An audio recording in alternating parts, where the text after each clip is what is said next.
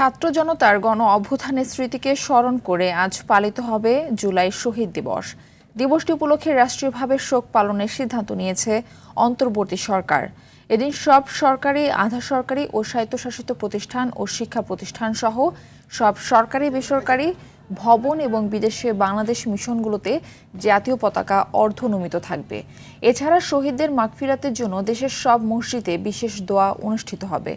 অন্যান্য ধর্মীয় প্রতিষ্ঠানে তাদের আত্মার শান্তির জন্য বিশেষ প্রার্থনার আয়োজন করা হবে। শহীদ আবু সাইদের জন্য দোয়া ও পরিবারের সঙ্গে দেখা করতে অন্তর্বর্তী সরকারের ৪ উপদেষ্টার রংপুর যাওয়ার কথা আছে।